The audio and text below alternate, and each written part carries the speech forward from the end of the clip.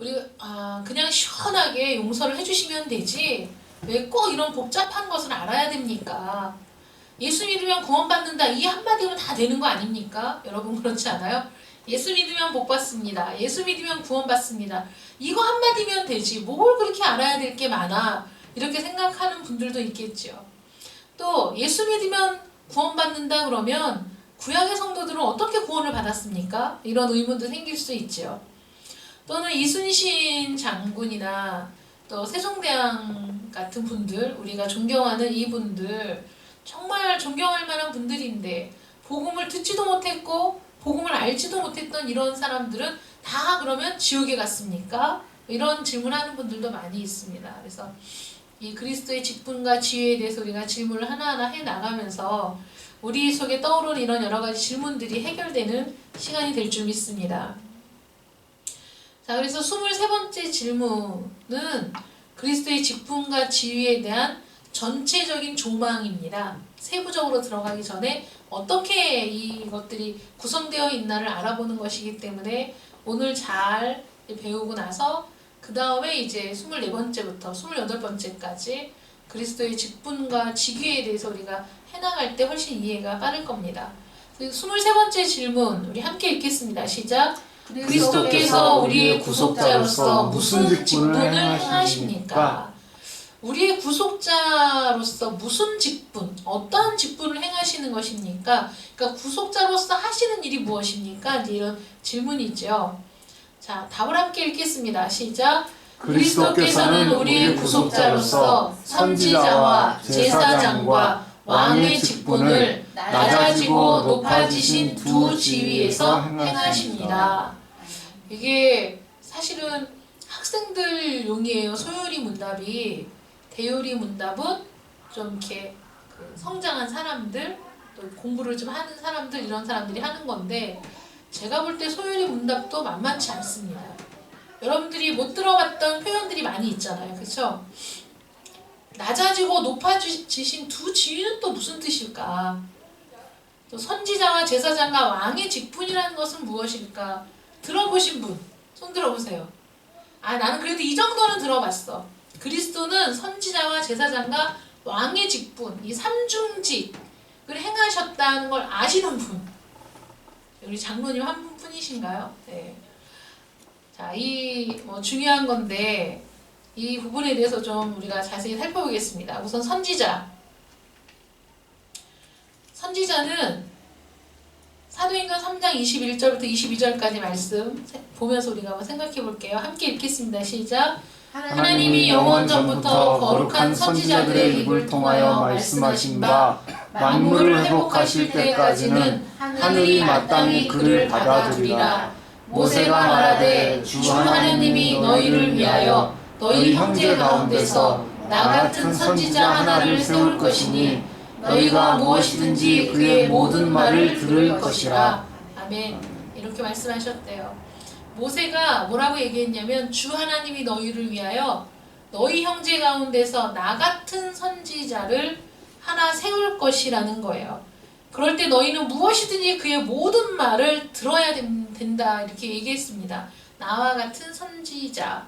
이 선지자는 누구를 의미하는 거냐면 예수 그리스도를 의미하는 겁니다.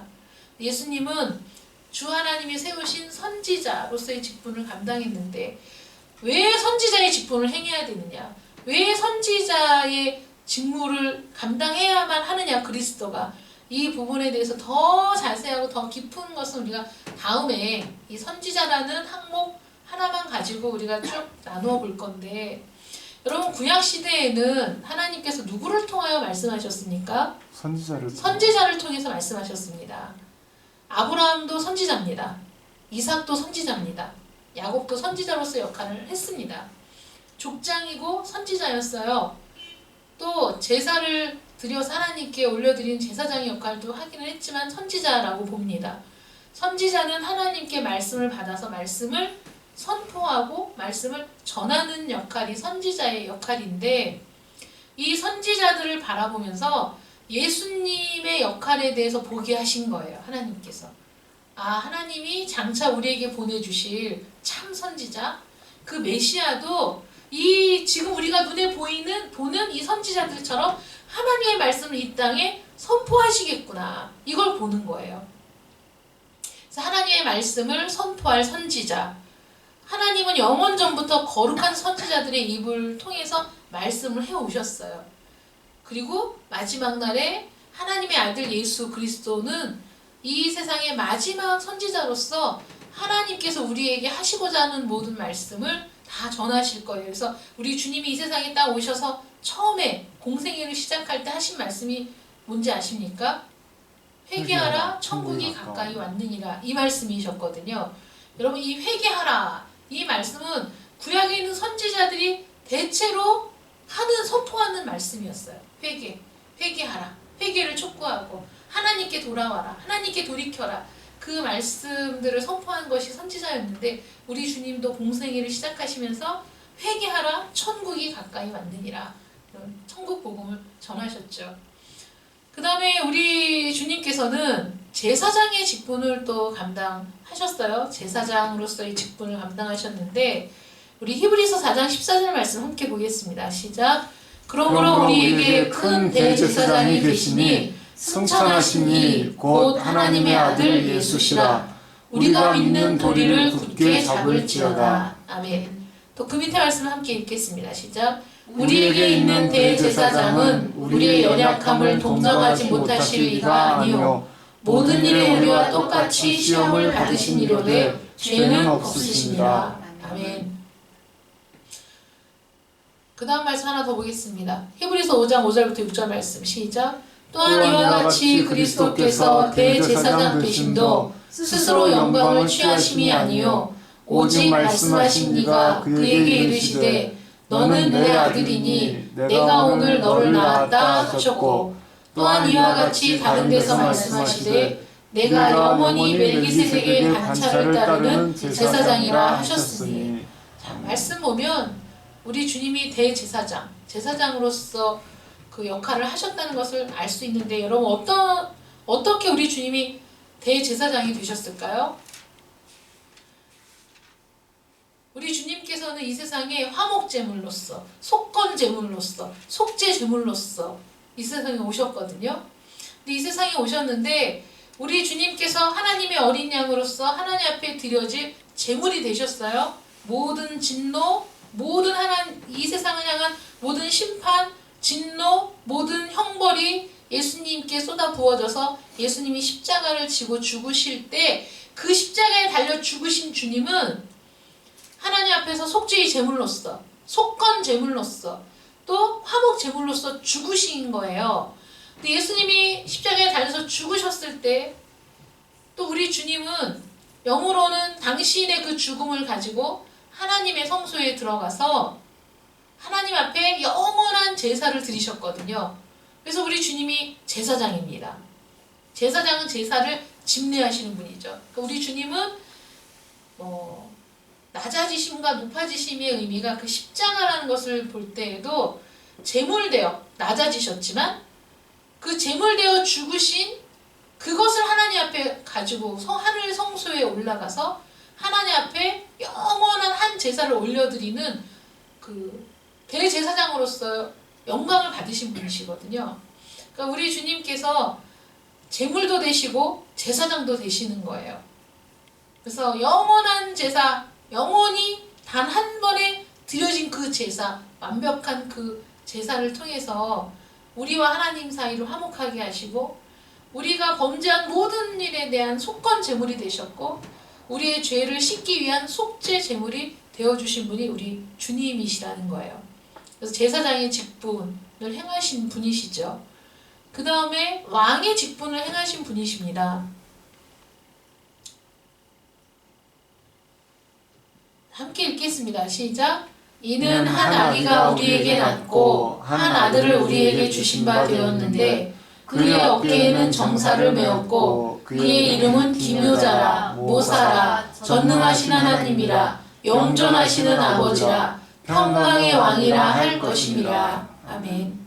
여러분 이 말씀을 볼 때 우리가 삼위일체의 하나님이라는 그 삼위일체라는 말이 성경에는 없다고 그랬죠.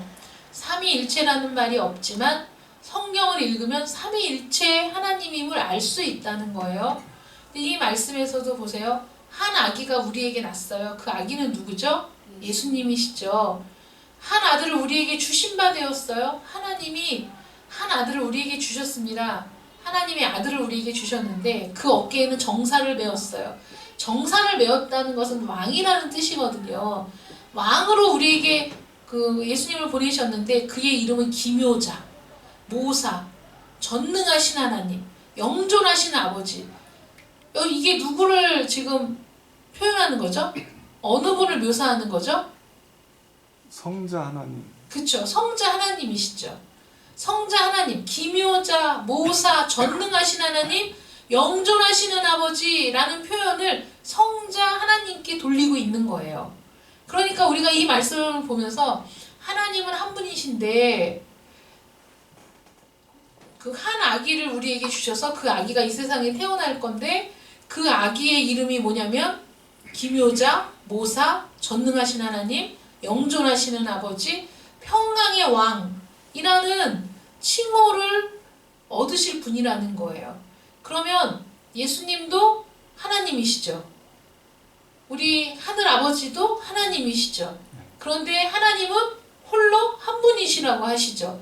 그러면 이거를 어떻게 우리가 성경을 읽으면서 어떻게 우리가 이해하고 받아들일 수 있겠어요? 우리의 이해의 차원을 넘는 신비거든요, 이게. 이게 신비입니다. 그래서 성경을 읽고 연구하는 중에 하나님은 삼위가 일체이신 하나님이시구나. 그래서 홀로 한 분 하나님이신데 그 한 분 하나님에게는 삼위가 있다는 것을 발견하게 된 거예요. 성부 하나님, 성자 하나님, 성령 하나님이시거든요. 그 성자 하나님께서 이 세상에 오셨어요. 어깨에는 정사를 메었어요. 그분은 평강의 왕이라 불리우실 분이에요. 그분은 전능하신 하나님이시고 영존하시는 아버지예요. 여러분, 영존이 뭡니까? 영존. 영원히 존재하신. 영원히 존재하신다는 거잖아요. 그러면 안상홍 하나님을 믿는 그분들은 안상홍 씨가 하나님이라고 믿는 거예요. 영존해야 되잖아요. 근데 죽었잖아요. 그런데도 인터넷에서 활동을 열심히 하는 사람들은 다 이단이에요. 엄청나게 활동을 열심히 하고 뭐 누가 질문하면 댓글도 엄청나게 많이 달고 그러고 있어요. 우리 기독교인들 중에 우리 젊은 청년들이 신학적인 지식도 있고 성경 지식도 있어서 누군가 이렇게 질문을 했을 때 정말 이렇게 잘 대답을 해줄 수 있는, 인터넷상에서도 활발하게 선교 활동을 벌이는 그런 청년들이 좀 많아졌으면 좋겠습니다. 인터넷이라는 세상은 사실 이 지구상보다도 더 넓다고 봐야 되잖아요. 세계 어느 곳이든지 한 번에 뭐 대화도 가능하고 볼 수도 있는 이런 가상의 공간 안에서 그 믿음의 거룩함을 지켜내는 그 순결한 우리 그리스도인 청년들이 많이 활동을 하면서 우리 복음을 지켜나가는 일이 앞으로 더 많이 있어야 되지 않을까 싶은데, 보세요. 영존하시는 아버지라는 칭호는 우리 하나님, 우리 성자 예수님, 또 성령 하나님께 붙여진 이름입니다. 이분이 평강의 왕이라는 거예요. 왕의 직분, 왕권을 가지신 분, 우리 모든 그 하나님의 백성들 위해 통치자로 세워주신 분, 그분이 우리 예수님이시라는 거죠. 그래서 예수님께서는 우리를 구속하시기 위해서 이 세 가지의 직분이 반드시 필요했다는 거예요. 필요가 없는데 선지자의 직분을 행하시게 하고 필요가 없는데 제사장의 직분을 행하게 하신 것이 아니라 반드시 필요한 직분이었다는 거죠. 시편 2편 6절 말씀 보시면 내가 나의 왕을 내 거룩한 산 시온에 세웠다 하시리로다. 내가 나의 왕을 내 거룩한 산 시온 예루살렘에 세웠어요. 그분이 예수 그리스도이신 거죠. 마태복음 21장 5절 말씀 함께 읽겠습니다. 시작. 시온 딸에게 이르기를 내 왕이 내게 임하나니 그는 겸손하여 나귀 곧 멍에 매는 짐승의 새끼를 닫도다 하라 하였느니라. 아멘. 아멘. 우리가 이 말씀도 함께 나누었습니다. 요한복음 쭉 하면서 낙이 곧 멍에 매는 짐승의 새끼를 타고 예루살렘 성으로 입성하시죠. 이것은 구약에 이렇게 예언된 모든 말씀들을 그대로 성취하기 위해서 이렇게 하신 겁니다. 우리 주님께서. 구약에 있는 말씀들 성경대로 행하시기 위해서 낙이 그 짐승의 새끼를 타고 예루살렘 성에 입성하신 분이시죠. 예수님이 우리의 왕 되신다는 것은 곧 예수님이 우리의 주인 되신다는 거예요. 우리의 주인. 나의 주인. 내 삶의 주인. 나의 주권을 올려드릴 분. 나의 모든 주권을 우리 그리스도에게 보내고 그리스도의 통치를 받기로 결심을 해야 돼요. 결단을 해야 돼요. 우리의 왕이시기 때문에 통치권을 맡겨드리는 거예요. 내 인생의 통치권, 내 삶의 통치권. 그래서 그분은 나의 주인이세요. 여러분 주여 주여 하는 자마다 다 천국에 들어갈 것이 아니다 말씀하셨어요. 주여, 주님이 무슨 뜻인지 모르고 주여만 부르는 사람은 하나님 나라에 갈 수가 없습니다. 입으로만 주여 주여 하는 건 믿음 없이 주여 주여 하는 것도 의미가 없는 거예요. 여러분 교회에 나온다고 구원받는 거 아니고 입으로 주여 주여 주의 이름을 부른다고 구원받는 거 아닙니다. 믿음이 있어야 돼요. 주님을 어떻게 믿어야 됩니까? 나의 왕으로 또 나의 구세주로 모셔야 돼요. 믿어야 돼요. 왕이십니다. 왕이라는 것은 한 나라의 통치권을 갖고 있는 게 왕이잖아요. 하나님의 나라의 통치권, 하나님 나라의 백성들에 대한 통치권을 하나님이 예수 그리스도에게 넘겨주셨어요. 그래서 예수님이 우리의 왕이십니다. 여러분 말로만 왕이라고 말씀하시면서 실제로는 여러분들이 왕이 되어 살아가는 모습이 얼마나 많습니까? 여러분 인생의 주인이 누구십니까? 여러분 인생의 주인이 누구세요? 누구이죠? 나 자신입니까? 주님이십니까? 누구입니까, 여러분? 아니 그냥 솔직하게 질문을 해보세요. 내 인생의 주인은 누구인가? 내 인생의 주인이 나인가 주님인가? 나라면 나는 통치권을 주지 않은 거예요. 내 마음 그리스도의 집이라는 책 읽어보신 분. 내 마음 그리스도의 집. 전혜선 목사님 읽지 않았어요? 1:1 하면서 내 마음 그리스도의 집이란 그 책을 소책자를 읽어보면요. 이런 거 쉽게 얘기해서 이런 거예요. 예수님을 영접은 했어요. 예수님을 영접은 했는데 예수님 여기 손님 방에 계세요. 그리고 안방은 우리 방. 그리고 예수님은 손님 방. 그 다음에 필요하면 거실에는 잠깐 나오셔도 됩니다. 다른 데는 안 됩니다.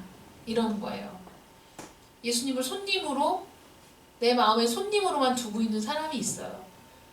이 집은 내 집이고 내 공간이고 주님은 손님. 그러다가 주님이 하나하나 이 방은 어떤 방이냐, 어떤 다 방마다 다 예수님이 이제 확인하실 때 참고 주님 여긴 절대 안 됩니다. 여기는 절대 예수님 여기는 나도 열어보는 거 싫어하는 방이 너무 지저분해서 여기는 절대로 열어보면 안 됩니다. 열쇠를 꽁꽁 잠궈놓고 예수님도 못 들어오게 하는 방이 우리 마음에 있는 거예요. 내가 감추고 싶은 거, 숨기고 싶은 거, 드러내고 싶지 않은 거, 그 누구에게도 말하고 싶지 않은 모든 비밀이, 더러움이, 지저분한 것이 다 모여있는 그 방만큼은 절대로 안 됩니다. 그런데 여러분 그거는 그리스도의 통치 아래 들어간 자의 삶이 아닌 거예요. 맨 마지막에 보면 자신의 모든 소유를 예수님 앞에 다 내어놓고 다 맡기는 부분이 나오거든요. 마지막에 내 삶의 통치권을 주님께 드립니다. 내 생명도 내 재산도 내 모든 것, 내가 갖고 있는 모든 것, 내 자신조차도 온전히 주님의 통치에 맡깁니다. 주님 다스려 주십시오. 이게 주님이 왕으로서 내게 오시는 거예요. 나의 왕이라고 표현할 수 있는 거예요. 예수 우리 왕이여 이곳에 오셔서. 예수 우리 왕이여 찬양한다고 왕이 아닌 거예요. 입으로 얼마든지 왕이라고 고백도 하고 찬양도 하지만 여전히 내 인생의 통치권은 내가 쥐고 있는 사람은 예수님을 왕으로 인정하지 않는 겁니다. 예수님은 우리의 왕이세요. 우리 위에 하나님이 세우신 왕이십니다. 내 왕이 내게 임하나니. 왕이 오셨는데 왕을 영접하지 않는 사람은 불충한 사람이죠. 여러분들은 어떻습니까? 예수님이 여러분들의 왕이십니까? 여러분들 인생의 통치권을 주님께 넘겨드렸습니까? 이양해 드렸습니까? 소유권 이전을 했습니까? 우리 오늘 오전에 예배 시간에 들은 말씀, 예수님의 통치권, 예수님이 이 세상을 심판하실 때 사단의 영역, 사단이 쥐고 있는 그 어둠의 영역, 어둠의 세력들, 그 모든 것들을 다 하나님이 우리 주님이 심판하시고, 그 모든 영역에까지 우리 주님의 통치권이 이미 쫙, 그 모든 통치권을 우리 주님이 다 잡으셨어요. 온 우주의 통치자이십니다, 우리 주님께서. 그래서 우리 주님이 행하신 일을 믿는 자마다 우리 안에 있는 어둠이 물러가고, 우리 안에 있는 어둠의 세력도 물러가고, 우리가 예수의 통치 아래, 예수님의 그 나라 안에 거하는 하나님의 백성이 되는 겁니다. 그래서 예수님이 우리의 왕이어야지 우리의 심부름꾼, 내가 필요할 때마다 도움을 요청하면 달려와주는 무슨 대리운전, 내가 필요할 때 이 차는 내가 운전하는 건데 내가 술에 취해서 어쩔 수 없이 운전을 할 수 없을 때에만 대리 불러서 대리 운전자가 운행하게 하는, 그렇게 예수님을 생각하면 안 된다는 거예요. 그런데 여러분들이 그렇게 예수님을 대리 운전자쯤으로 치부하고 그럴 때만 예수님을 이용해 먹는 사람들이 얼마나 많으냐 하는 거죠. 예수님이 나의 통치자임을 잊으시면 안 됩니다. 구속자로 행하시는 방식이 있어요. 첫 번째는 직분이고요. 두 번째는 지위입니다. 직분과 지위로 나뉘어진다고 아까 말씀드렸죠. 자, 직분, 오피스. 24번째부터 26번째 질문이 직분에 관한 질문입니다. 그래서 직분에 아까 뭐가 있었죠? 선지자, 제사장, 또 왕이 있었죠. 그래서 이 세 가지의 직분으로 구속의 일을 행하시는 분이십니다. 이 성경이 등장하는 세 가지 직분은 그리스도의 직분을 예표하는 거예요. 예표라는 건 미리 보여주는 거죠. 예시, 예표. 그리스도가 장차 이런 일을 행하실 것이다 라는 것을 이스라엘 백성들이 눈으로 보고 귀로 듣고 그 직분이 무슨 일을 하는 것인지를 충분히 알고 있을 때 우리 주님이 오시면 그 말이 맞구나, 이렇게 이해하도록 미리 예표로 보여주셨어요. 자, 이 그리스도는, 지위부터 볼까요? 그 다음에 지위는 상태예요. 상태. 어떠한 상태에서 구속자로 일을 하셨느냐. 그래서 이걸 신학적인 용어로 비하라는 표현이 있어요. 낮아지셨다는 거예요. 우리 주님은 이 낮고 천한 세상에 오셨잖아요. 자기를 비하하셨어요. 저 높은 저 천국의 자리, 하나님의 우편 보좌의 자리를 계속 고집하지 않으시고 자기를 비어 종의 형상을 입고 이 세상에 오신 분이시죠. 이 비하가 없었다면 우리는 구원받을 소망이 없는 거였어요. 그 다음에 승귀라고 합니다. 비하와 승귀는 신학적인 표현인데, 승귀는 높아지심이에요. 높아지심. 아까 오전에 말씀을 드린 것처럼 십자가의 달리심은, 십자가에 못 박히심은 낮아지심으로 우리가 볼 수 있고요. 그 십자가의 달리심이 우리의 모든 죄를 속량하시고 구속하시고 우리를 하나님의 자녀되게 하심으로써 우리 주님께서 영광을 받으신 그 부분을 승기라고 하기 때문에 예수님의 낮아지심과 그 낮아지심을 통해 영광을 받으시는 일이 우리 주님이 구속자로서 하신 모든 일들 가운데 나타나고 있다는 거죠. 그래서 이 제사장과 선지자, 왕, 이 세 가지의 직분은 모두 기름 부음을 받아야만 할 수 있는 일이었어요. 선지자도 기름 부음을 받아야 되고, 제사장도 기름 부음을 받아야 되고, 왕도 기름 부음을 받아야 됩니다. 여러분 기억하시죠? 사울 왕을 선출할 때 사무엘이 기름을 부어서 왕으로 임명했고요. 그 다음에 하나님이 내가 사울을 버렸다, 내 마음에 합한 자를 왕으로 세워라 그랬을 때 사무엘이 하나님의 명령을 받고 이새의 집으로 갔을 때 보세요. 큰아들이 왔는데 하나님, 이 사람이 그 다음번 왕이 될 사람이군요. 아니다. 또 그럼 이 사람이 아니다, 아니다, 아니다 다 아니었잖아요.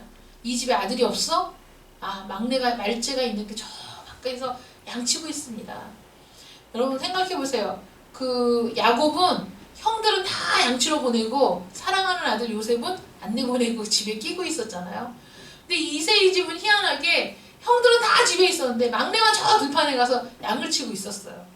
그러니까 다윗이 그 집안에서 별로 그렇게 그 사랑받지 못하는 사람이었다 이렇게 말씀하시는 분들도 있거든요. 근데 그 다윗을 데리고 왔는데 얼굴이 붉고 이쁜 거예요. 그러니까 왕으로서의 제목으로 안 보이는 거예요. 그러니까 사무엘의 눈에는 왕으로서의 제목이 아닌 것처럼 보이지만 하나님이 내 마음에 합한 사람 기름 부어 왕으로 세우라는 거죠. 왕도 기름을 부어야만 왕으로 세워질 수 있었어요. 그러니까 선지자, 제사장, 왕은 다 기름을 부어서 임명을 받았는데 그리스도라는 이름의 뜻이 무엇이죠, 여러분? 기름 부음을 받은 자. 네, 기름 부음 받은 자예요. 그리스도는 기름 부음을 받은 자. 그래서 이 모든 일들이요, 구약에 나와 있는 선지자를 기름 부어 세우고 제사장을 기름 부어 세우고 왕을 기름 부어 세운 것은 하나님이 다 말씀하신 거였거든요. 하나님이 그렇게 하시면서 선지자의 역할과 제사장의 역할과 왕의 역할은 각각 중요한 역할이었는데 우리 하나님께서 메시아를 이 세상에 보내실 때 그를 그리스도, 메시아, 기름 부음 받은 자라고 말씀하셨다는 거죠. 그래서 기름 부음을 받았다. 그것이 바로 그리스도라는 거예요. 그렇기 때문에 이 세 가지의 직분이 그리스도의 직분을 설명하는, 직무를 설명하는 이름이라는 거죠. 그리스도. 자, 그래서 그 구속자를 행하시는 방식은 직분과 지위 두 가지가 있는데 직분은 선지자, 제사장, 왕으로서의 직분. 기름 부음을 받은 그리스도라는 그 이름이 선지자, 제사장, 왕의 역할과 관련이 있는 이름이라는 거. 그 다음에 지위, 낮아지심과 높아지심을 통해서 구속자로 일하시는 부분이 있다는 것에 대해서 우리는 포괄적으로 지금 배웠습니다. 그럼 다음에는 선지자로서 어떤 역할을 하는지, 제사장으로서 어떤 역할을 하는지, 왕으로서는 어떤 역할을 하는지에 대해서 세부적으로 우리가 함께 말씀을 통해서 배우게 되고 그 다음에 그 모든 일들에 있어서 어떻게 낮아지시고 어떻게 높아지셨는지에 대해서 우리가 함께 말씀을 나누게 됩니다. 그러니까 오늘 이 도표를 딱 머릿속에 넣으시고 기억하셨다가 그 다음에 이제 세부적으로 배울 때 이 도표를 기억하시고 아, 선지자로서 이런 일, 제사장으로서 이런 일 이렇게 하셨구나 이렇게 여러분들이 기억하시면 이해하시면 더 쉬울 겁니다. 아이고 주여.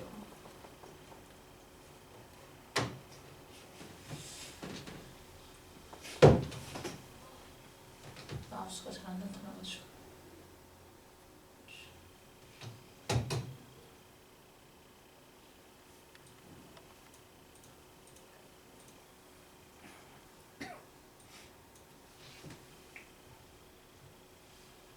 우리 주님께서는 그래서 마지막 날에 영광의 모습으로 낮아지셨지만 정말 말할 수 없는 영광의 모습으로 이 세상에 다시 오시게 되실 것입니다. 마우스 때문에 중간에 끊겨갖고 죄송합니다. 네. 자, 그리스도